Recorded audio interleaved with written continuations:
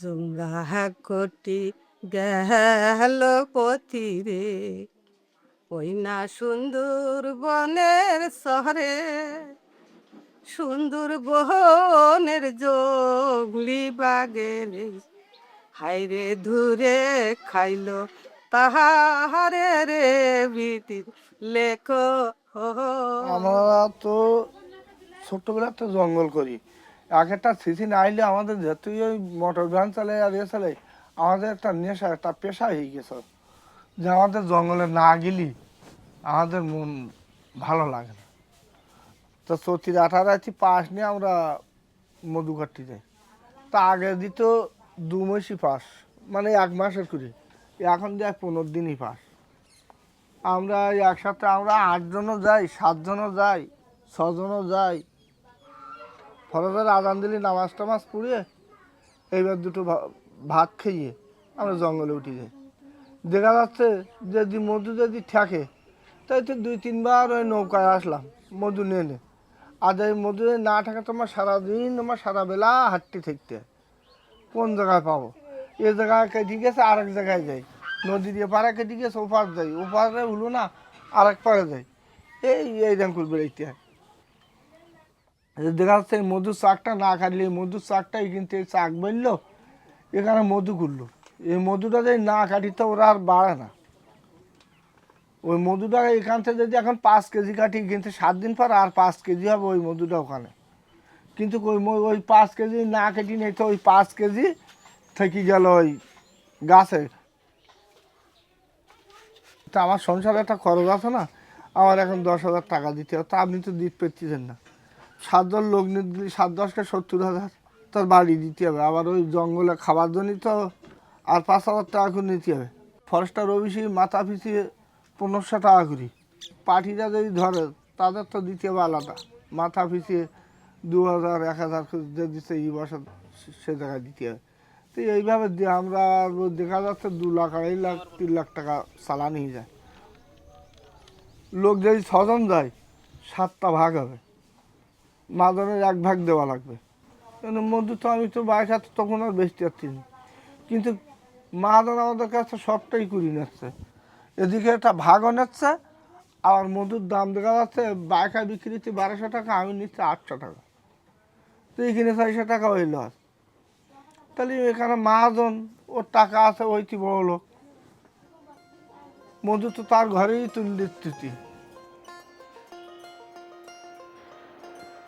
এই অকুপেশনটার সাথে এত কিছু জড়িত, তার কালচার, রিলিজিয়ন, সোসাইটি, তার ইকোনমি, এই পুরো ব্যাপারটা এত ওতপ্রোতভাবে জড়িত, কিন্তু মাত্র 2 মাসের একটা জিনিস, তার জন্য একজনকে লাইফ লং একটা প্রিপারেশন নিতে হয়। তাকে বনে গিয়ে সিনিয়রদের সাথে থেকে তাকে নেভিগেট করা শিখতে হয়, তাকে ইয়ে করা শিখতে হয়, এবং এত কিছুর পরও তার কাছে বাঘের রিস্ক, কুমিরের রিস্ক, সাপের রিস্ক, এটা মাথায় নিয়ে সে যাচ্ছে। যে এমন কোনো পরিবার পাই নাই যেখানে কেউ বাঘে আক্রান্ত হয় নাই। অনেক সময় তার থালা উল্টো করে যান, সিম্বলাইজিং যে আমি হয়তো ফিরে নাও আসতে পারি।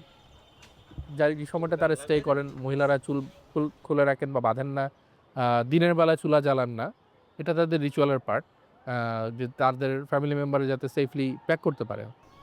তো ওই জায়গাটাই হচ্ছে তার, মানে আমার মনে হচ্ছে তার রেজিলিয়েন্সের জায়গা, যে জেনে বুঝে হলেও এই জিনিসটা মাথায় নিয়ে একজন যাচ্ছেন, এবং উনি জানেন যে আগামী বছরে যেতে হবে, এবং মানে যতদিন শেষ না হচ্ছে ততদিন পর্যন্তই হয়তো যেতে হবে। তো এটা ইটার্নাল ইয়ের বিষয়। তো আমার মনে হয় যে আমরা সুন্দরবনের মধু বলতে যা বুঝি, এই সুন্দরবনের মধু গল্পটা তার চেয়ে অনেক বেশি। ওনাদের যেই রিসার্চের যে ম্যাসিভ যে গ্রাউন্ড ওয়ার্ক, সেটা যখন ওনারা কমপ্লিট করেন, তারপর আসলে আমরা এটার সাথে ইনভলভ হই। কালচার বললে তো একটা বহুমুখী জিনিস, তো এটার এক্সপ্লোরেশনকে সহজ করার জন্য আমরা দুটো ফর্মকে বেছে নিই, যেটা আমাদের এখানে 1000 বছর ধরে চলে আসছে। একটা হচ্ছে পটচিত্র, আর একটা হচ্ছে পালা। পটচিত্রের ক্ষেত্রে আমরা 4 রকমের ভেরিয়েশনস দেখেছি। আমরা শম্ভু আচার্যের মতো আর্টিস্টের সাথে কাজ করেছি, যিনি আসলে 9 জেনারেশন আর্টিস্ট, 450 বছর ধরে ওনারা পটচিত্র করে আসছেন। দ্বিতীয়ত কালীকিঙ্কর সর্দারের মতো আর্টিস্ট, আরও মডার্ন ফর্মে মডার্ন ইস্যুকে নিয়ে পটচিত্রের ফর্মের সাথে কম্বাইন করে উনি কাজ করেন। উনি আমাদের এই মোয়ালের যে লাইফ সাইকেল, এই যে মহাজনের কাছ থেকে ধার করা থেকে শুরু করে আবার ফেরত আসার এই যে দুষ্টচক্র, এই দুষ্টচক্রের একটা ছবি উনি এঁকেছেন। শৈলী শ্রাবন্তী যে আসলে মিথোলজি নিয়ে কাজ করতে পছন্দ করে। ও চেষ্টা করেছে আসলে আমাদের যে বনবিবির যে পট, এই বনবিবির পটকে নতুন করে একটা ইমেজে নিয়ে আসার। আমরা এটাও দেখতে চাচ্ছিলাম যে কমিউনিটি আসলে পটচিত্র ফর্মের সাথে এখনও অভ্যস্ত কিনা। তো সেখানে চুনকুড়ি গ্রামের শিশু এবং মহিলারা মিলে ক্রিয়েটের একটা পটচিত্র করেছেন, যেটার মধ্যে ওনাদের সাধারণ জীবনের একটা রিফ্লেকশন আসছে। এই পটচিত্রটা যখন আমরা শুরু করি আমাদের মাথায় ছিল যে একদম লোকাল কমিউনিটিকে রিপ্রেজেন্ট করে এরকম একটা পট আমরা করতে চাই। খুবই দৈনন্দিন কাজকর্ম যেগুলো ওনাদের সাথে সম্পৃক্ত, সুন্দরবনের সাথে সম্পৃক্ত, বাঘ হরিণ মিলাই আমরা ওনাদেরকে একটা সিনারিও করে দেখালাম। ওরা জাস্ট ওই জিনিসটাই একটা কন্টিনিউশন করে গেছে। একবারে আঁকছি সুন্দরবনের মানে পশু পাখি আর এই যে গ্রামের দৃশ্যটা আর কি। আমার বাবু ড্রয়িং শিখতে যায়, আমি বাবুর সাথে ওর ড্রয়িং ক্লাসগুলো যেতাম, সেখান থেকে একটু একটু ধারণা আর কি। আপু এসে দেখানোর পরে আরেকটু ভিতরে অনুপ্রাণিত হয়েছি যে আসলে আমি পারবো, আসলে এগুলো আমার ভালো লাগে করতে। যখনই কালারে কাজটা চলে আসছে স্বতঃস্ফূর্তভাবে এটার কালার এটা হবে, ওটার কালার এটা হবে, সেটার কালার সেটা হবে। যদি কালার বানাতে পারছে কালার বানাচ্ছে, যদি বানাতে পারছে না সেটা আমাকে এসে বলছে। যেরকম ওনারা সুন্দর সুন্দর ফুল আঁকতে চায়, ফুলের বিষয়টা কোথা থেকে আসে, নকশি কাছ থেকে আসে, এই ফর্মটা ওনাদের কাছে পরিচিত। সব পুরোটা মিলে আসলে একটা কন্টিনিউয়াস পটের জায়গায় চলে আসছে জিনিসটা।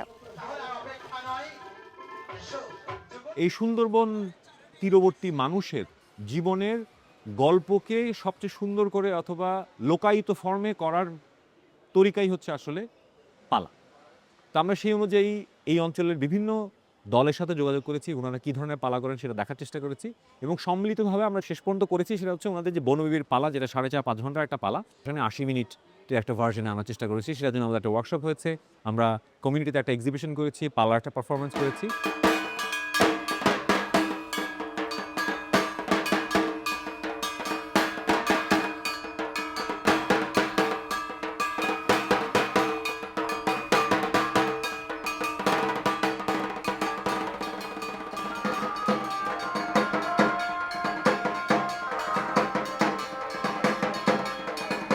এই অঞ্চলের দিয়ে মা বনবিবির পূজা হয়। বনবিবি পূজার উপলক্ষে মা বনবিবির উপরে ভিত্তি করে এই দুঃখের বনবাস নাটক দেয়। এই যে পালাটা করছি আমি এখানে দুঃখের ভূমিকায় আমি চরিত্র করছি। মানে মেট্রিক পরীক্ষা দেব এমন সময় আমার এক দাদা বলছিল যে পাগল তোর কণ্ঠটা তো অনেক ভালো, তো 16 দিন আজকে আমার সঙ্গে যাই। তিনি ওই যে স্টেজ প্রোগ্রামে উঠছিলাম, সেখান থেকে আমি এই জগতের ভিতরে আসি। এই গানের জগতে আমি অনেক খুশি। আমার যখন 6 থেকে 7 বছর বয়স তখন থেকে আমি এই অভিনয়ের জগতে আছি। এবার আমরাও দেখি কেমন তুমি সেই ভয়ঙ্কর দক্ষিণা। আমার বাবা একজন শিল্পী, বাবা যখন অনুষ্ঠান করতে যেত তখন বাবার সঙ্গেই যেতাম। তো আমাদের বাড়িতে রিহার্সাল হইতো। এবার একদিন রাধার মানভঞ্জন পালায় একটা মেয়ে আসবে না, বাড়িতে দেখি বাবার খুব মন খারাপ।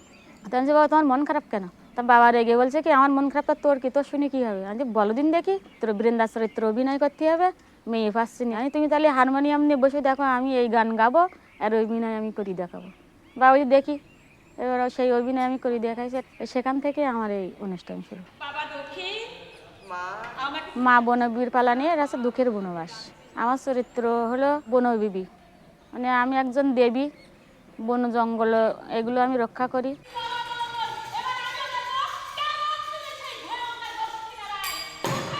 এই বনবিবি চরিত্র যখন আমি অভিনয় করি তখন আমার মনে হয় সত্যি সত্যি মনে হয় আমি সেই বনের দেবী বনবিবি, এরকমই মনে হয়। আর যখন দুঃখে যখন মা মা বলে ডাকে তখন সত্যি খুব ভালো লাগে। আর যখন দুঃখের কাছে যাই তখন মনে হয় আমি স্বয়ং মা হয়ে মনে হয় দুঃখের আমি সকল বিপদ থেকে উদ্ধার করছি। আমি প্রায় আমার জীবনে 12 লক্ষ টাকা একত্রে করছিলাম। ভাবছিলাম যে অর্ধেক টাকা আমার মেয়েকে দেবো, অর্ধেক টাকা আমার ছেলেকে দেবো, 12 লক্ষ টাকা উঠে আসবে। ঠিক এমনও সময় আমার সমিতি চলে গেছে, আমার জীবন থেকে সব হারিয়ে গেছে। আমার স্টক এমনকি আমার মৃত্যুর সম্মুখীন।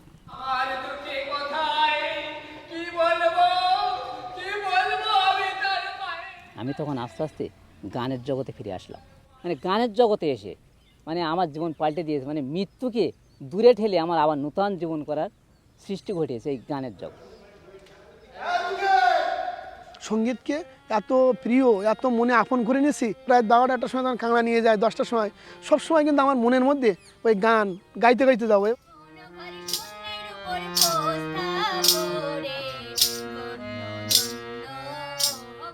আমার মেয়ে, আমার একটা বাচ্চা মেয়ে। তা আমি অনেক কষ্ট করে আমি একটা হারমোনিয়াম কিনেছি, প্রায় এই 3-4-5 বছর হচ্ছে। তা মেয়েটা একটা গানে টিউশনি করছে, গানের মাস্টারের কাছে আছে।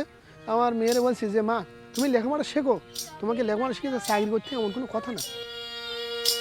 চাকরিটা বড় মুখ্যের বিষয় না, সবচেয়ে মানুষ বাচ্চা কাচ্চারা খেলাধুলা গান বাজানো সবচেয়ে বাইরে পরিচিত বেশি। আমি বলেছি মা তুমি এইভাবে গান শেখো, কারো উপর তোমাকে ভরসা করে থাকতে হবে না।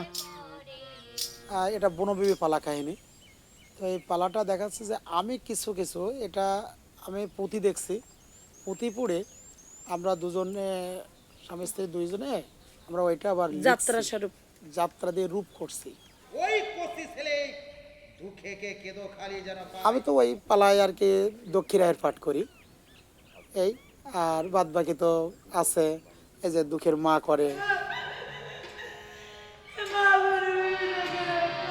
আমি এই পালার মধ্যে যখন ঢুকি মা বনবিবির নাম স্মরণ করেই ঢুকি যে মা আজ করবো আমি দুঃখের মা, তা মা তুমি আমার সহায় হইও, তুমি আমার ব্রহ্মায় থেকো, তুমি আমার হৃদয়ে থেকো মা। আমি যেন তোমার নাম ধরে যেন আমি দর্শকেরা কাঁদতে পারি, আমিও কাঁদতে পারি। আমার চোখে তুমি সেই নয়ন জলটা এনে দিও। মার নাম করলে আমার চোখে জল এসে যায় ভাইয়া। পালাটা দীর্ঘ 4-5 ঘন্টার পালা, কিন্তু ছোট করে বলার জন্যে সেটা দেখা যাচ্ছে 1 ঘন্টা বা 1 ঘন্টা 10 মিনিট এর ভিতরে আমার পালাটা করতে হবে।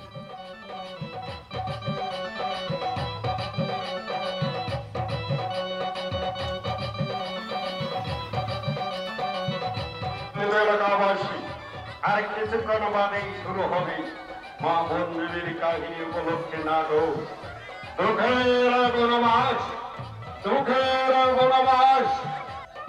তাই আপনারা বাড়িতে দেরি না করে চলে আসুন সর্দারবাড়ি প্রাইমারি স্কুল মাঠ প্রাঙ্গণে।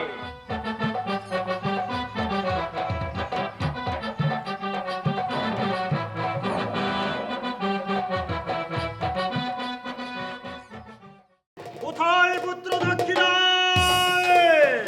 কোথায় পুত্র দক্ষিণা?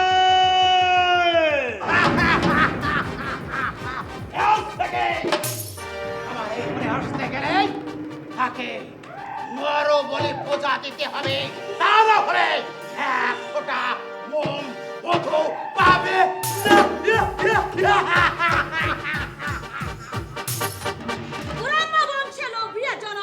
রক্ষা বৃত্তি করো অবলম্বন।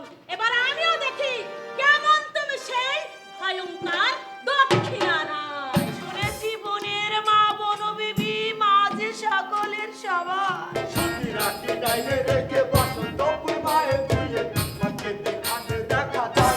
ও হাই গো মাকে দেখাতে দেখা যায়, ওই দুঃখে নামের বেটাকে আমার নর বলি দিতে হবে। কেউ বাঁচাতে পারবে না, তোরা তার কথা রেখেছে, আমি তোর কাঁচা মাংস ভক্ষণ করবো।